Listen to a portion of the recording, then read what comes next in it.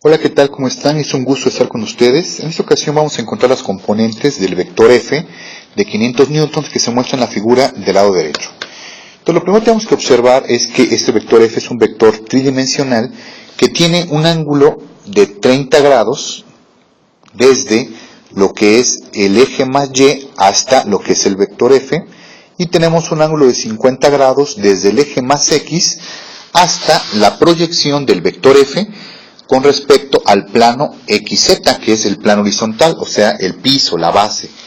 Aquí podemos observar que este lado es justamente la proyección del vector F sobre el plano XZ, por lo tanto le podemos llamar F de XZ.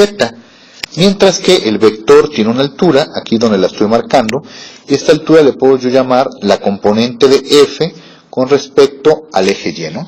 Entonces lo primero que vamos a hacer es una representación de este vector, pero ahora utilizando solamente dos ejes. Primer eje vamos a representar aquí el eje más Y, tal y cual está en la figura, y un eje horizontal que representaría realmente el plano de las X con Z, o sea, el piso, la base de el vector que nosotros tenemos ahí en parte original.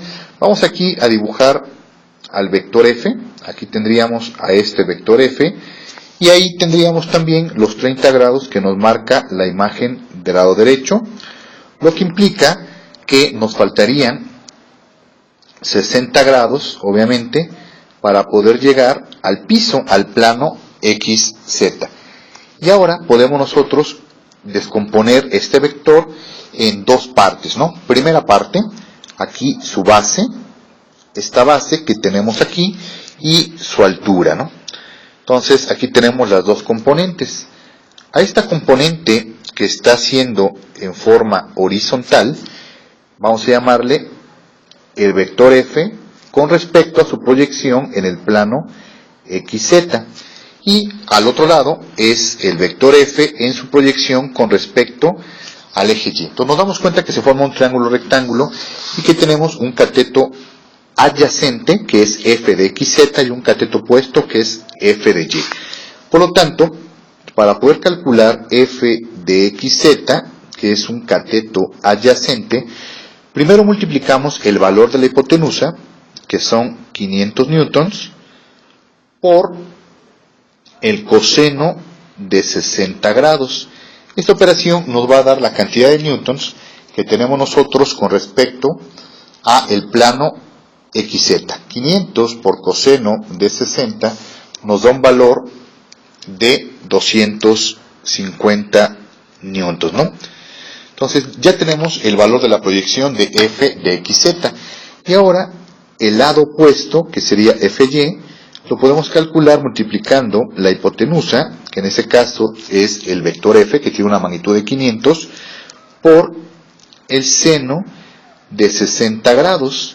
Entonces, esta operación de 500 por seno de 60 grados nos daría 433.01 newtons, ¿no? Entonces ya tenemos la descomposición de este vector F en una parte que es su altura de Y y su proyección de F de XZ, ¿no? Aquí es importante darnos cuenta que justamente esta base, F de XZ, corresponde a la base de nuestro dibujo original, que aquí lo marcaría yo para que lo podamos ver claramente, ¿no? Esta sombra, esta proyección del vector F con respecto a al plano XZ, pues es muy importante. Ahora, vamos a representar simplemente la base, los planos X y Z.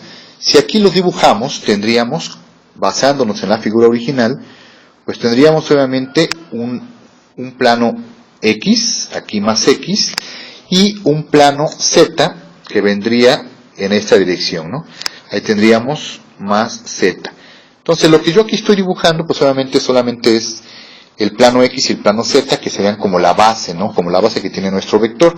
Aquí podemos dibujar ahora la sombra, la proyección, que sería el vector que tenemos justamente en la parte de abajo, ¿no? Así quedaría.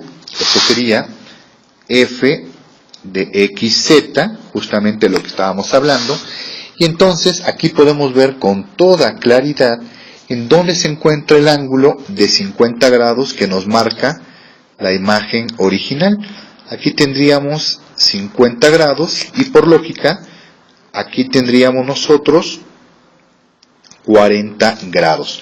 Ya nosotros determinaríamos cómo haríamos nuestro triángulo de componentes. Podemos ocupar 50 grados, podemos ocupar 40 grados y sería exactamente lo mismo, ¿no? Entonces, para este caso vamos a ocupar los 40 grados, simplemente porque yo así lo decido en esta ocasión. Y entonces podemos ver aquí la componente, que sería FZ, y aquí horizontalmente la componente FX. Y se vuelve a formar un triángulo. Este triángulo ahora ya nos permite calcular la componente FX y la componente FZ. Entonces, para poder calcular cada uno de estos valores, pues tenemos que aplicar otra vez trigonometría. Entonces, si yo quiero encontrar Fx, me tengo que dar cuenta que Fx está opuesto a 40 grados, por lo tanto sería el valor de la hipotenusa, que es f de xz, 250, multiplicado por el seno de 40 grados. Si hacemos esta operación, 250 por el seno de 40 grados, voy a obtener un valor de 160.70 newtons, ¿no? Ahí tenemos ya el valor de Fx. Ahora, para calcular Fz, observo el triángulo de las componentes y es un cateto adyacente. Y tendríamos el valor de la hipotenusa, que en este caso son 250 newtons, otra vez la hipotenusa no cambia, por el coseno de 40 grados.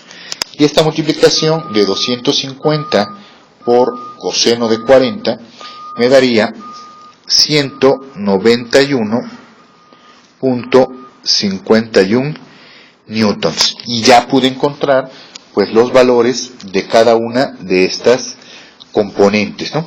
Ahora sí, voy a representar mi vector f con cada una de sus componentes. Este vector f tiene una componente en x, que serían 160.70 newtons, y le puedo poner el vector unitario y, que nos permite ubicarlo.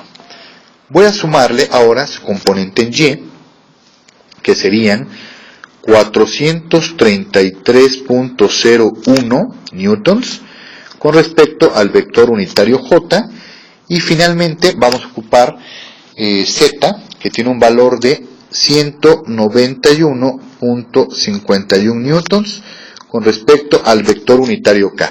Bueno, puedo ponerle aquí un paréntesis para poder poner las unidades, y finalmente, después de todo este proceso, pues encontré la representación de este vector f con respecto a sus componentes y utilizando vectores unitarios. Y esa es una aplicación muy importante de lo que son los vectores en 3 dimensiones. Muchísimas gracias.